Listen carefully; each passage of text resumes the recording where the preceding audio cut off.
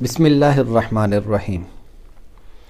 اب تک ہم نے علم مناظرہ کی اصطلاحات اور علم مناظرہ کیسے کیا جاتا ہے اس کا طریقہ بیان کیا ہے۔ اب کی جو ویڈیو ہے یہ یوں سمجھیے کہ یہ تمام پچھلی ویڈیو کا خلاصہ بھی ہے اور ان کا اجرا بھی ہے، یعنی جتنی اصطلاحات ہم پڑھ چکے ہیں ان سب کا یہاں پر استعمال ہوگا۔ پہلے بھی ہم نے مثالیں دی ہیں لیکن اب پوری ایک ترتیب کے ساتھ یہ مثالیں پیش کی جائیں گی۔ سب سے پہلے ہم ایک مثال پیش کرتے ہیں۔ ویسے تو مثالیں ہم کافی ساری آگے بیان کریں گے لیکن یہاں پر پہلی مثال ہم عرض کرتے ہیں۔ ایک شخص ہے، وہ دعویٰ کرتا ہے۔ جو شخص دعویٰ کرتا ہے اس کو مدعی کہتے ہیں، اور مدعی کیا کہتا ہے؟ مثلا وہ کہتا ہے کہ حضور صلی اللہ علیہ وسلم کا سایہ نہیں ہے۔ اس نے دعویٰ کیا۔ جب دعویٰ کرتا ہے کوئی شخص تو دعویٰ کرنے پر دو صورتیں ہوتی ہیں۔ ایک یہ ہوتی ہے کہ دعوے کے ساتھ اس نے دلیل بیان کی ہے یا نہیں کی۔ اگر اس نے دلیل بیان نہ کی ہو تو سامنے والے شخص کو یعنی سائل کو یہ اختیار حاصل ہوتا ہے کہ وہ اس سے طلب دلیل کرے، اس لیے کہ جو دعویٰ ہے یہ بغیر دلیل کے مسموع نہیں ہوتا، تو لہٰذا وہ طلب دلیل کرے گا۔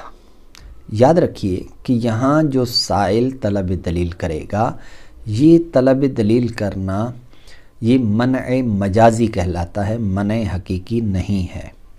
منع مجازی کیوں ہے؟ اس لیے کہ یہاں پر جو وہ طلب دلیل کر رہا ہے اس پر منع حقیقی کی تعریف صادق نہیں آ رہی۔ وہ کیسے؟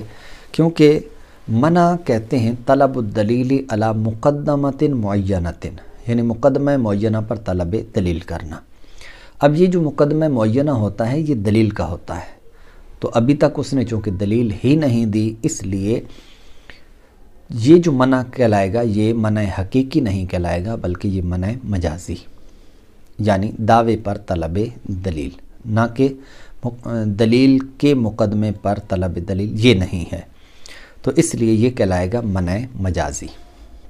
اب اگر اس نے اس کے طلب کرنے پر یعنی منع مجازی کرنے پر دلیل دے دی، یا ویسے ہی اس نے جیسے ہی دعویٰ کیا اور دعویٰ کرنے کے بعد اس نے دلیل پیش کر دی، پھر آگے کیا صورت بنتی ہے اس کو ہم دیکھتے ہیں۔ اب جو اس نے دلیل دی وہ کیا ہے؟ دعویٰ تھا حضور صلی اللہ علیہ وسلم کا سایہ نہیں ہے۔ دلیل اس نے پیش کی صغرا یہ ہے کہ حضور صلی اللہ علیہ وسلم نور ہیں، اور کبرا یہ ہے کہ ہر فرد نور کا سایہ نہیں ہوتا، یعنی کسی بھی نور کا سایہ نہیں ہوتا۔ نتیجہ کہ حضور کا سایہ نہیں ہے۔ اب یہاں پر دو مقدمات ہمارے سامنے آ گئے، ایک ہے حضور نور ہیں اور دوسرا ہے کسی فرد نور کا سایہ نہیں ہوتا۔ اب سامنے والا شخص وہ منع وارد کرتے ہوئے کہتا ہے، تو ظاہر سی بات ہے کہ جب مدعی دلیل دیتا ہے تو جو سامنے والا شخص ہے اس کو تین طرح کے اختیارات حاصل ہو جاتے ہیں، جن کو ہم کہتے ہیں اسئلہ ثلاثہ، یعنی تین سوال وہ کر سکتا ہے دلیل پر۔ نمبر ایک منع، نمبر دو نقض، اور نمبر تین معارضہ۔ ان میں سے جو بھی کرے اس کو اختیار حاصل ہے۔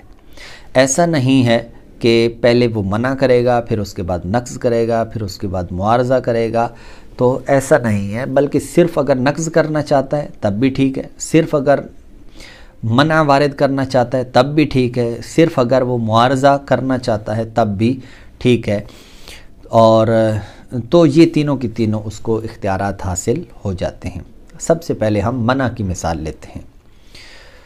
مانے، اب پہلے ہم سائل کہہ رہے تھے، اب اس کا چونکہ اس کی حیثیت بدل گئی، اب وہ منع وارد کر رہا ہے، اس وجہ سے اب ہم اسے کہیں گے کہ یہ مانے ہے۔ مانے منع وارد کرے گا، اور منع ہم ابھی بیان کر چکے کہ وہ کس کو کہتے ہیں؟ وہ کہتے ہیں کہ طلب الدلیل علی مقدمۃ معینۃ، یعنی مقدمہ معینہ پر طلب دلیل کرنا۔ اب چاہے وہ صغرا پر منع وارد کرے اور یوں کہے کہ بھائی میں اس کو نہیں مانتا، اس پر دلیل دو، یا پھر وہ کبرا پر طلب دلیل کرے اور کہے کہ میں ان کو تسلیم نہیں کرتا۔ تو اب سامنے والا فرض کریں یہاں پر کہتا ہے کہ بھئی میں، اچھا یہ بھی ہو سکتا ہے کہ وہ کہے کہ میں صغرا نہیں مانتا، اور یہ بھی کہے کہ یہ بھی کہہ سکتا ہے کہ میں کبرا بھی نہیں مانتا، نہ صغرا مانتا ہوں نہ ہی کبرا مانتا ہوں۔ تو ایسا بھی ہو سکتا ہے، اور ایسا بھی ہو سکتا ہے کہ وہ یوں کہے کہ بھئی میں صغرا نہیں مانتا، اگر صغرا مان بھی لیا جائے تو پھر میں کبرا نہیں مانتا، یہ بھی ایک طریقہ ہوتا ہے۔ تو بہرحال یہاں پر وہ کہتا ہے کہ میں صغرا تسلیم نہیں کرتا، ماننے کہتا ہے۔ اور صغرا یہاں پر اگر آپ غور کریں تو وہ کیا ہے؟ وہ ہے حضور صلی اللہ علیہ وسلم نور ہیں۔ کہتا ہے میں حضور کا نور ہونا نہیں مانتا۔ اب آپ جانتے ہیں کہ جو منع وارد کرتا ہے شخص، جو منع وارد کیا جاتا ہے، تو منع دو قسم کا ہوتا ہے، ایک کہلاتا ہے منع مجرد اور ایک ہوتا ہے منع ما سند۔ یعنی ایک وہ ہوتا ہے منع کہ جس کے ساتھ سند نہیں ہوتی، اور سند کس کو کہتے ہیں؟ یہ ہم پہلے بیان کر چکے کہ ما یذکر لتقویۃ المنع، یعنی جسے تقویت منع کے لیے، منع کی پختگی کے لیے، مضبوط کرنے کے لیے جسے ذکر کیا جائے اسے سند کہتے ہیں۔ اب وہ کہتا ہے میں صغرا تسلیم نہیں کرتا، اور یہاں پر اس کی اب دو صورتیں ہیں کہ وہ ساتھ سند بیان نہ کرے، اور یا پھر یہ ہے کہ وہ ساتھ سند بیان کرے۔ یہاں پر ہم سند بیان کر دیتے ہیں، ایک آگے والی صورت بیان کر دیتے ہیں تاکہ سند کی مثال بھی یہاں پر ہو جائے۔ اور اگر منع مجرد کرتا ہے، مثلا صرف اتنا کہتا ہے کہ میں صغرا تسلیم نہیں کرتا، اس پر دلیل دو، تو یہ کہلائے گا منع مجرد، اور ساتھ اگر وہ سند بھی بیان کرتا ہے تو پھر ہم یہاں پر سند بیان کر دیتے ہیں۔ مثلا وہ کہتا ہے کہ میں صغرا تسلیم نہیں کرتا، یہ کیوں نہیں ہو سکتا کہ حضور صلی اللہ علیہ وسلم بشر ہوں، حضور کیا ہوں؟ بشر۔ اب یہاں پر ہم نے یہ دیکھنا ہوتا ہے کہ جناب یہ جو سند ہے یہ سند صحیح ہے یا سند فاسد ہے۔ سند صحیح وہ سند کہلاتی ہے جس کی تین صورتیں ہوں۔ نمبر ایک، یا تو وہ مقدمہ ممنوع کی نکیز کا عین ہو، جس طرح یہاں مقدمہ ممنوع ہے حضور نور ہیں، اس کی نکیز ہوگی حضور نور نہیں ہیں۔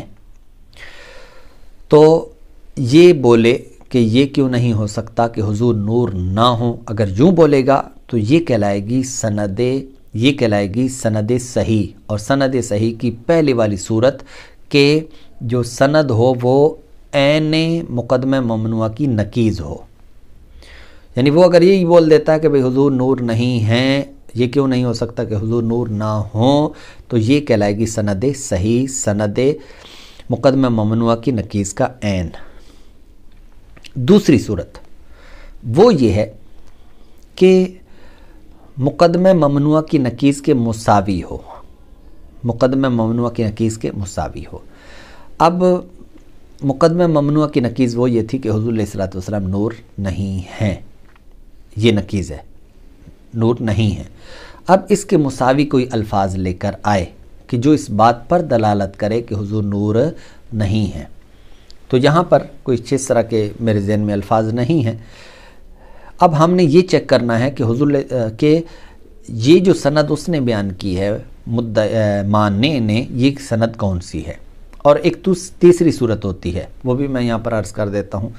وہ صورت یہ ہوتی ہے کہ مقدمہ ممنوع کی نکیز سے سند اخص ہو تو یہ بھی سند صحیح کہلاتی ہے۔ یہ تین صورتیں بن گئیں، ایک ہے مقدمہ ممنوع کی نکیز کا عین، دوسرا ہے مقدمہ ممنوع کی نکیز کے مساوی، اور تیسری صورت ہے مقدمہ ممنوع کی نکیز سے اخص۔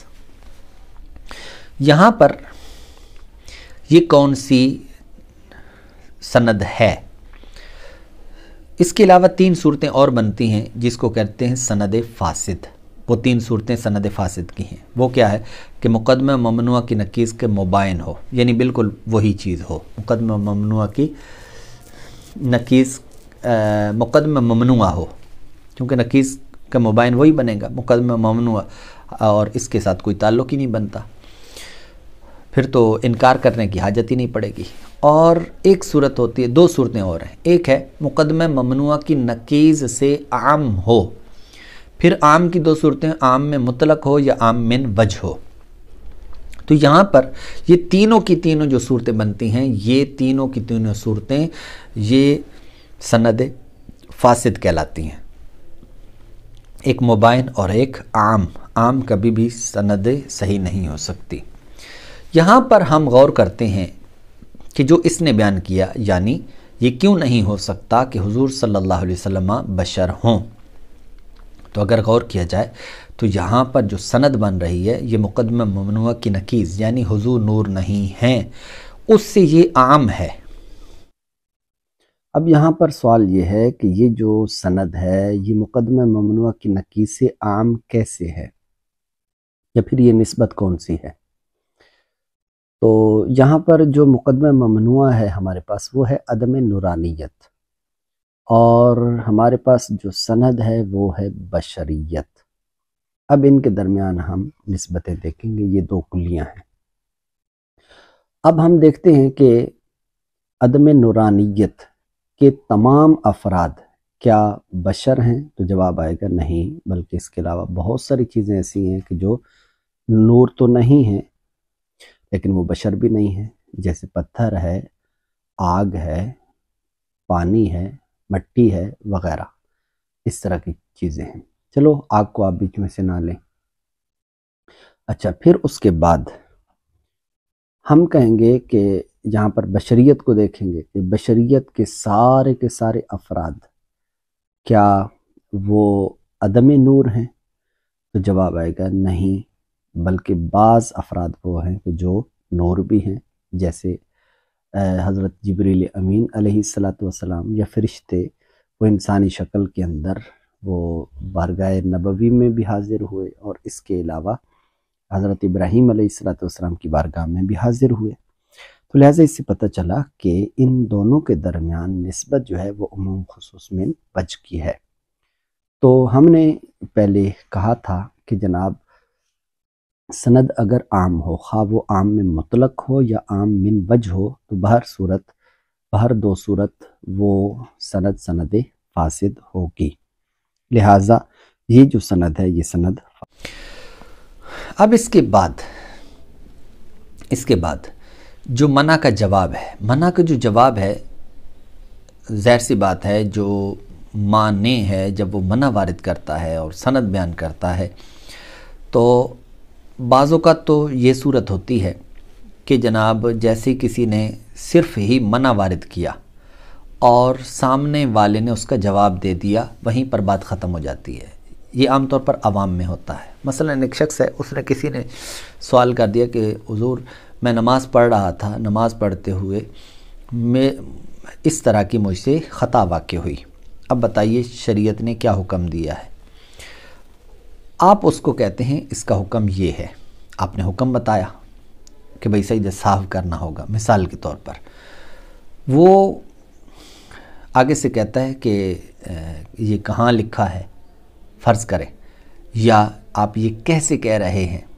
اب یہ جو وہ الفاظ کہہ رہا ہے تو یہ الفاظ یہ منع کے الفاظ ہیں، یعنی وہ تسلیم نہیں کر رہا، وہ آپ سے دلیل مانگ رہا ہے، اور آپ اسے دلیل دے دیتے ہیں کہ بھئی فلاں حدیث میں ہے یا فلاں کتاب میں لکھا ہوا ہے۔ اس طرح کی جب آپ چیز بیان کرتے ہیں، یہ کیا ہو جائے گی کہ اس نے طلب دلیل کی، آپ نے دے دی، بس یہیں پر بات ختم، یہ مناظرہ یہیں تک، یہ بحث یہیں تک ختم ہو گئی، کیونکہ اس کا تقاضا پورا ہو گیا۔ لیکن کبھی ایسا ہوتا ہے کہ وہ صاحب علم ہوتا ہے، وہ آگے سے پھر کچھ کلام کر دیتا ہے، تو پھر مناظرہ آگے بڑھ جاتا ہے، جو بحث ہوتی ہے وہ آگے بڑھ جاتی ہے۔ خیر، اب یہاں پر صورتحال یہ تھی اس مثال کے اندر کہ اس نے سند پیش کی، یہ سند ہم بیان کر چکے کہ یہ سند فاسد تھی۔ اب کیا کیا جائے گا؟ اب ظاہر سی بات ہے کہ جو مدعی ہے اس نے جواب تو دینا ہے۔ جواب دینے کے یعنی جواب منع کے دو طریقے ہوتے ہیں، ایک ہے اس بات تساوی، اور کہ بھئی مقدمہ ممنوع کی نقیض کے مساوی قرار دے، اور پھر اس کے بعد اس جواز کو باطل کرے جو اس نے کہا تھا کہ یہ کیوں نہیں ہو سکتا، یعنی ہو سکتا ہے کہ ایسا ہو، یہ جواز یعنی سند کو باطل کرے اور اس بات تساوی کرے، اور یا پھر یہ ہے کہ یہ فقط اس بات تساوی وغیرہ کچھ بھی نہ کرے، بلکہ صرف اور صرف یہ مقدمہ ممنوع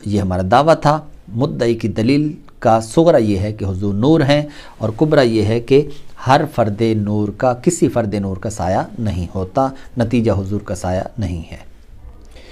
اب ناقض شاہد کے ساتھ اس پر نقض وارد کرتا ہے، وہ کہتا ہے کہ یہ جو تمہاری دلیل ہے یہ تمہاری دلیل درست نہیں ہے، یہ تمہاری دلیل باطل ہے۔ کیوں؟ اب یہ جو کیوں کے بعد چیز آ رہی ہے یہ شاہد کہلاتا ہے، یعنی اس دلیل کی صورت میں تخلف لازم آ رہا ہے۔ مثلا اب وہ شاہد بیان کر رہا ہے، وہ کہتا ہے کہ دیکھو قرآن مجید برہان رشید بھی نور ہے۔ اب نور ہے، یہاں پر دلیل پائی جا رہی ہے کہ قرآن نور ہے، لیکن اس کا حکم نہیں پایا جا رہا، اور وہ کیا ہے؟ وہ ہے کہ قرآن کا سایہ نہیں ہے۔ تو آپ نے یہی کہا تھا کہ حضور نور ہیں اور نور کا سایہ نہیں ہوتا، تو اب ہم کہتے ہیں کہ یہاں پر قرآن بھی نور ہے اور نور کا سایہ نہیں ہوتا، یہ اس کا حکم تھا، تو لہٰذا یہاں پر قرآن کا سایہ نہ ہونا یہ بھی لازم آیا۔ یہاں ہم دیکھتے ہیں کہ دلیل موجود ہے، یعنی قرآن کا نور ہونا موجود ہے، لیکن اس کا بے سایہ ہونا یہ موجود نہیں، حکم موجود نہیں ہے، لہٰذا یہاں پر تخلف لازم آ رہا ہے۔ تو پتہ چلا کہ یہ جو تمہاری دلیل ہے یہ درست نہیں ہے۔ اب یہاں پر ناقض نے نقض وارد کیا اس دلیل پر۔ اب جب اس نے نقض وارد کیا تو اس کے بعد اب ضرورت اس امر کی ہوتی ہے کہ اس کا جواب دیا جائے۔ ظاہر سی بات ہے یہ اسی وقت ہی ہو سکتا ہے کہ جب ناقض کے پاس جواب موجود ہو اس نقض کا۔ کئی صورتیں ایسی ہوتی ہیں کہ جہاں نقض کا جواب ہی نہیں ہوتا، جس طرح کہ آئندہ ایک مثال کے اندر ایسا ہم آپ کو دکھائیں گے۔ تو یہاں پر جو دفع شاہد ہے، دفع شاہد یا جواب نقض، اس کی 5 صورتیں ہم نے پہلے بیان کی تھیں۔ ان میں سے یہاں کون سی صورت پائی جاتی ہے، کس صورت کو لے کر ہم جواب دیں گے؟ تو ہم یہاں پر کہتے ہیں کہ یہ جو جواب نقض ہے یعنی دفع شاہد ہے، یہ ہے بصورت منع جریان دلیل۔ بصورت منع جریان دلیل کیا مطلب؟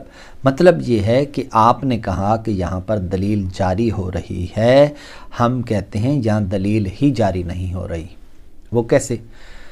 ہم یہاں پر کہتے ہیں کہ ہم یہ نہیں مانتے کہ یہاں دلیل پائی جا رہی ہے۔ کیسے بھائی؟ وہ اس طور پر کہ قرآن، آپ نے کہا قرآن نور ہے اور کسی نور کا سایہ نہیں ہوتا، تو قرآن کا سایہ نہیں ہے، یہ والا حکم اس پر نہیں پایا جا رہا۔ ہم کہتے ہیں کہ قرآن پر یہ جو نورانیت کا اطلاق ہے یہ مجازی ہے، یہ حقیقی نہیں ہے۔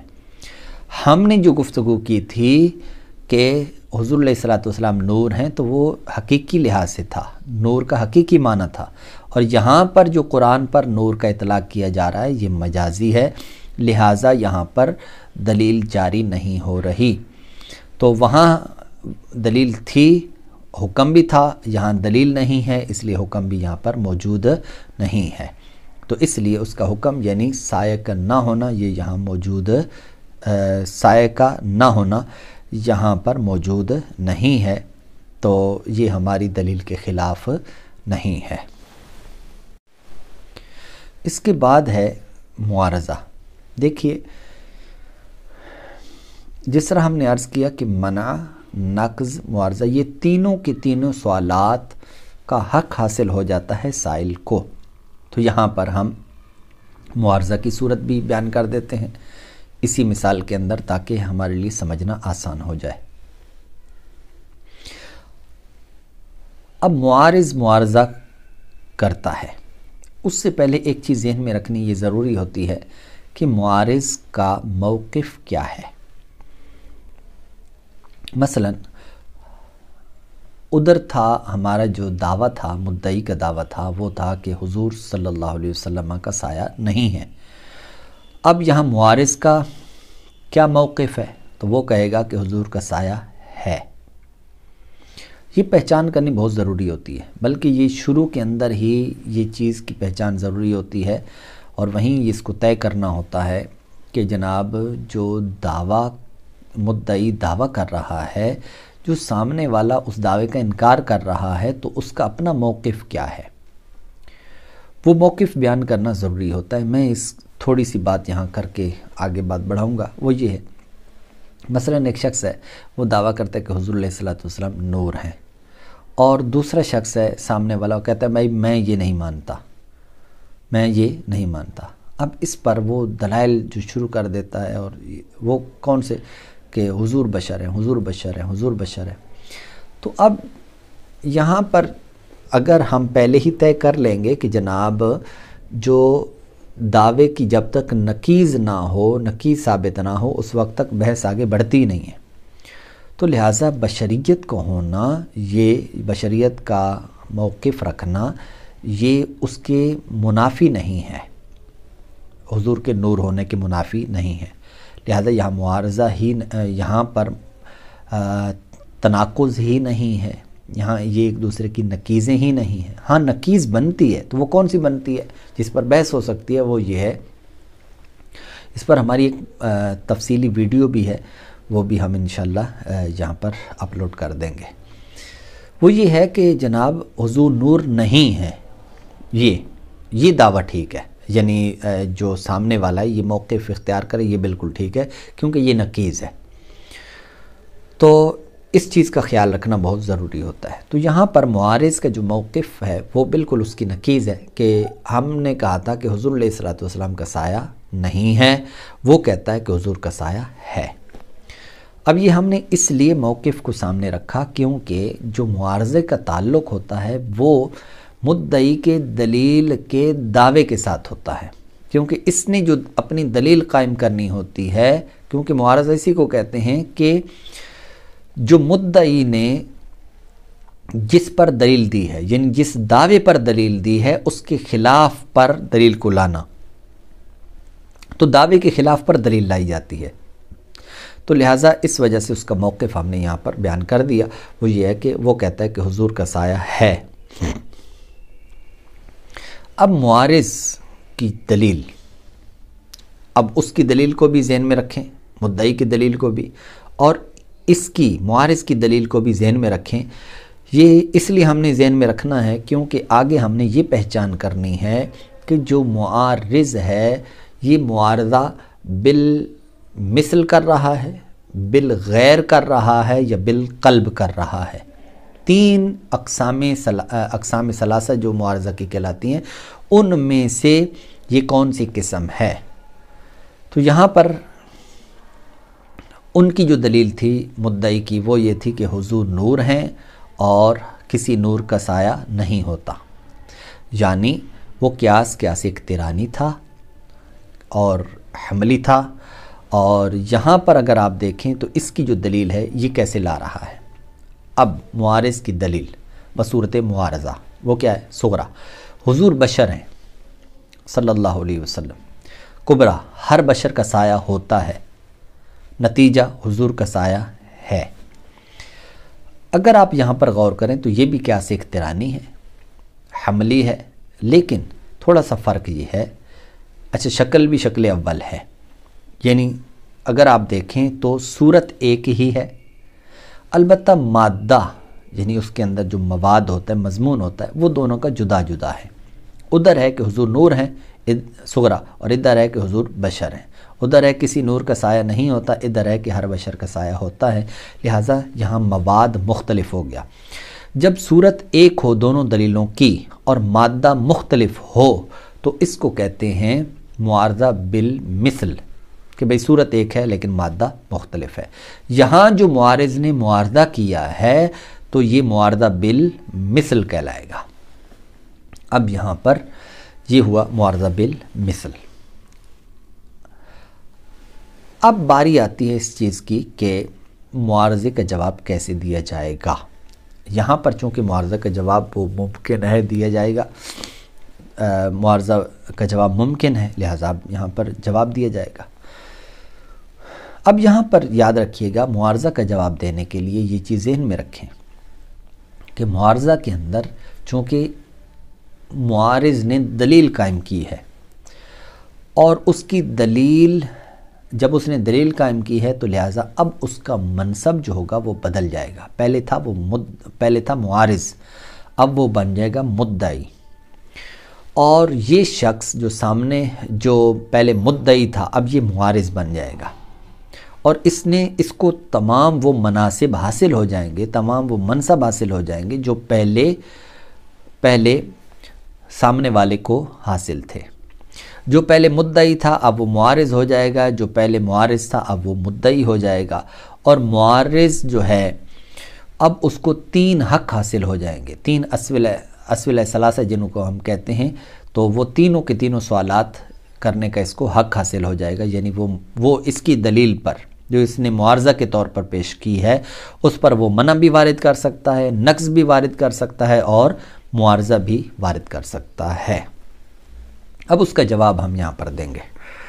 وہ یہ ہے کہ وہ آگے سے کہتا ہے، وہ دلیل لاتا ہے. کیسے لاتا ہے؟ بصورت قیاس استثنائی اتصالی. اور وہ جواب دے رہا ہے. وہ کہتا ہے کہ حضور کی بشریت دو حال سے خالی نہیں. اب یہ ہے کہ معذرت، یہاں جو قیاس ہے قیاس استثنائی انفصالی ہے کہ حضور کی بشریت دو حال سے خالی نہیں. اس کے لیے سایہ ثابت ہوگا یا نہیں ہوگا. یہ ہماری اپنی مرضی ہوتی ہے کہ ہم کس صورت پر بھی قیاس کو لائیں.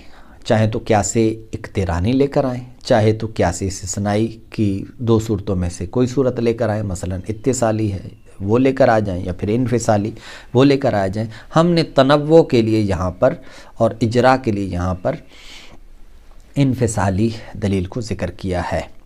اور ہم کیا کہتے ہیں؟ ہم کہتے ہیں حضور صلی اللہ علیہ وسلم کی بشریت دو حال سے خالی نہیں.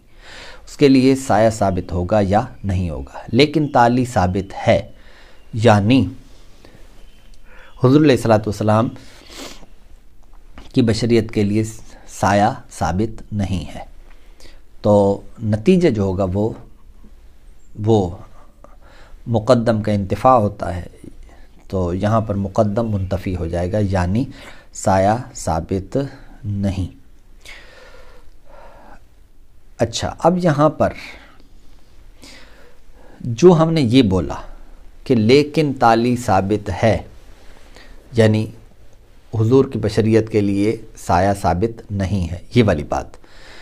اب یہ ایک نظری چیز ہے اور نظری پر دلیل دینے کی حاجت ہے. لہٰذا ہم تعلی کا ثبوت کریں گے. وہ کیسے؟ وہ یہ ہے کہ ہم کہیں گے کہ اخرج الحکیم الترمذی، کہ امام حکیم ترمذی رحمہ اللہ نے یہ روایت بیان کی. کن سے؟ حضرت ذکوان سے، کہ ان رسول اللہ صلی اللہ علیہ وسلم لم یکن یرا لہ ظل فی شمس ولا قمر، کہ حضور علیہ الصلوۃ والسلام کا سایہ سورج کی روشنی میں، دھوپ میں اور چاند کی روشنی میں نظر نہیں آتا تھا. تو یہ تعلی کا ثبوت ہو گیا. تو اس طرح ہم نے کیا کیا کہ ہم نے حضور علیہ الصلوۃ والسلام کا جو سایہ ہے، سایہ نہ ہونا، اس کو ہم نے دلیل سے ثابت کیا ہے. اور یہ جو چیز ہم نے بیان کی ہے یہ معارضہ کا جواب ہے، لیکن کس صورت کے اندر ہے؟ معارضہ کی صورت میں ہے. کیونکہ اس کا دعویٰ یہ بن گیا تھا، معارض کا دعویٰ، جو پہلے معارض تھا اس کا دعویٰ یہ بن گیا تھا کہ حضور کا سایہ ہے. تو اب ہم نے یہاں پر جو دلیل قائم کی ہے یہ اس کے دعوے کے خلاف پر دلیل قائم کی ہے. لہٰذا اس وجہ سے یہ جو ہمارا دعویٰ ہے یہ بصورت معارضہ ہوا. اب چونکہ دونوں کی شکلیں بھی مختلف ہیں، اس نے جو دلیل قائم کی تھی جو پہلے معارض تھا اس نے قیاس اقترانی حملی پر دلیل قائم کی تھی، اور یہاں جو ہم نے بیان کی ہے یہ ہے قیاس استثنائی انفصالی پر. تو لہٰذا اب دونوں کی صورتیں بھی جدا ہیں اور دونوں کے مواد بھی مختلف ہیں، یعنی مادے بھی مختلف ہیں. اس وجہ سے یہ ہے معارضہ بالغیر. تو میں امید کرتا ہوں کہ یہ تفصیلی ہماری ایک مثال سے آپ کو یہ بخوبی معلوم ہو گیا ہوگا کہ کس طریقے سے ہم مناظرہ کرتے ہیں، کس طرح منع وارد کیا جاتا ہے اور کس طرح اس کا جواب دیا جاتا ہے۔